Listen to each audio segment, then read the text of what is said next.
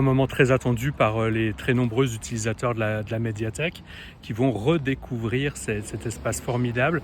2 ans de travaux qui ont permis d'adapter les espaces aux nouveaux usages. C'est à la fois un renforcement des services qui étaient proposés jusque-là. Je crois qu'on voit encore mieux les livres qu'on ne les voyait hier. Ils sont présentés différemment, les espaces sont réagencés. On a l'impression qu'on a poussé les murs pour faire encore plus de place aux livres. Donc ça, c'est une grande réussite. Et puis, il y a aussi de nouveaux espaces, des nouveaux services qui sont proposés aux usagers. Je pense à la bulle d'écoute sonore, je pense aux différents labs pour jouer des instruments de musique qu'on pourra d'ailleurs même pour certains emprunter. Il y a un studio, on peut faire des films avec du matériel qui peut aussi être mis à disposition.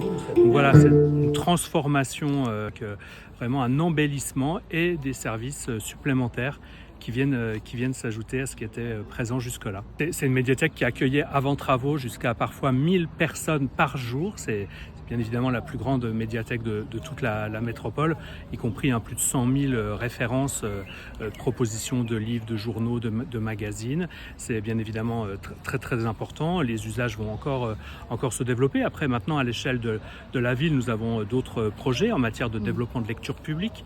Et je pense par exemple à la construction qui approche d'une nouvelle médiathèque sur le plateau de Haye, une médiathèque de 1000 m² qui va elle aussi remplir de nombreux services aux habitants de ce quartier.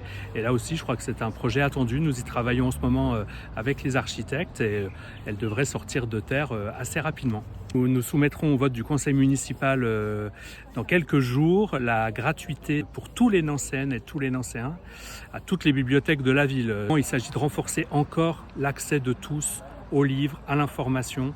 C'est crucial dans la société dans laquelle on est et que partout où ça a été mis en place, ça s'est traduit par une augmentation de la fréquentation. Nous, c'était déjà gratuit pour les moins de 26 ans, et maintenant, ça sera gratuit pour tout le monde. La gratuité d'emprunt, puisque bien évidemment, on peut franchir la porte sans payer, mais si on veut emprunter un livre, aujourd'hui, c'était payant. Et à partir du 1er avril 2024, c'est gratuit, et il n'y a plus de raison de ne pas venir, en quelque sorte.